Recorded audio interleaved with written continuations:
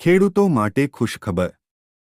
ખેડૂત ભાઈઓ અને બહેનો, આજના વિડીયોમાં આપણે ગુજરાત સરકારની મુખ્યમંત્રી ખેડૂત સહાય યોજના વિશે વિગતવાર જાણીશું।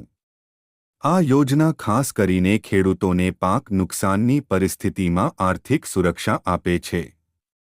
યોજનાનો હેતુ: અચાનક વરસાદ, પૂર, ચક્રવાત, સૂકા, વાવાઝોડા જેવી કુદરતી આફતો વખતે પાકનું નુકસાન થાય છે।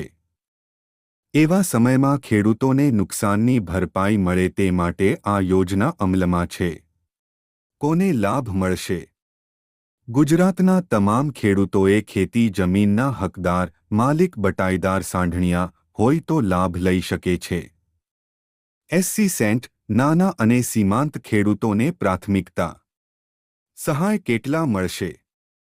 1. 33% થી 60% સુધીનું પાક નુકસાન પ્રતિ હેક્ટર રૂ. 20,000 2. 60% થી વધુ પાક નુકસાન પ્રતિ હેક્ટર રૂ. 25,000 વધુમાં વધુ 4 હેક્ટર સુધી સહાય મળશે। કયા પાકો આવરી લેવાયા છે? તમામ મુખ્ય ખરીફ પાકો જેમ કે કપાસ, મકાઈ, તલ, મગફળી, બાજરી, ચણો વગેરે। કેટલીક જગ્યાએ રબી પાકો માટે પણ સ્થાનિક સ્તરે લાભ મળશે। અરજી કરવાની પ્રક્રિયા: 1. ઈ-ગ્રામ, તાલુકા મામલતદાર કચેરી કે ઓનલાઇન પોર્ટલ પર અરજી। 2. ખેડૂતના નામે આધાર કાર્ડ, 7/12 ઉતારા, બેંક પાસબુક અને પાક વાવેતર વિગતો જરૂરી।